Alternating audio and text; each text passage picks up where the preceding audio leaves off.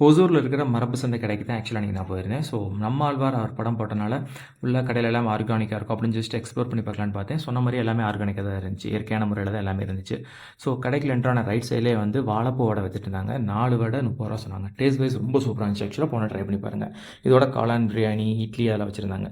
Just video இந்த இடத்துல pass பண்ணி பாருங்கள். என்னென்னா ஹானஸ்ட் இஸ் த பெஸ்ட் பாலிசின்னு இருப்பாங்க. என்ன மீனிங்னா இங்கே இருக்க பொருளில் அங்கே சப்போஸ் இந்த கவுண்டரில் யாருமே புக்கெல்லாம் இருக்கீங்க யாருமே இல்லை அப்படின்னா அங்கே ஒரு பேமெண்ட் வச்சுருக்காங்கல்ல, ஜஸ்ட் நீங்கள் பே பண்ணிவிட்டு பொருள் எடுத்துகிட்டு போயிட்டே இருக்கலாம். ஸோ உங்களை அவங்க நம்புறாங்க அப்படின்னு சொல்லிட்டு இந்த ஹானஸ்டி இஸ் த பெஸ்ட் பாலிசின்னு ஒரு வாசல் எழுதி போட்டிருக்காங்க.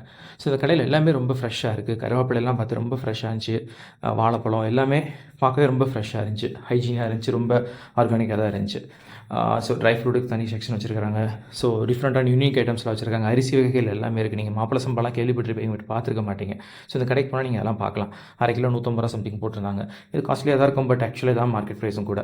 ஸோ தோசை ஐட்டம்ஸ்லாம் நிறைய வச்சுருந்தாங்க. செம்பருத்தி பூ தோசை, முருங்கைப்பூ தோசை, அது மாதிரி நிறையா வச்சுருந்தாங்க. ஃபோன் அடிச்சு ட்ரை பண்ணி பாருங்கள்.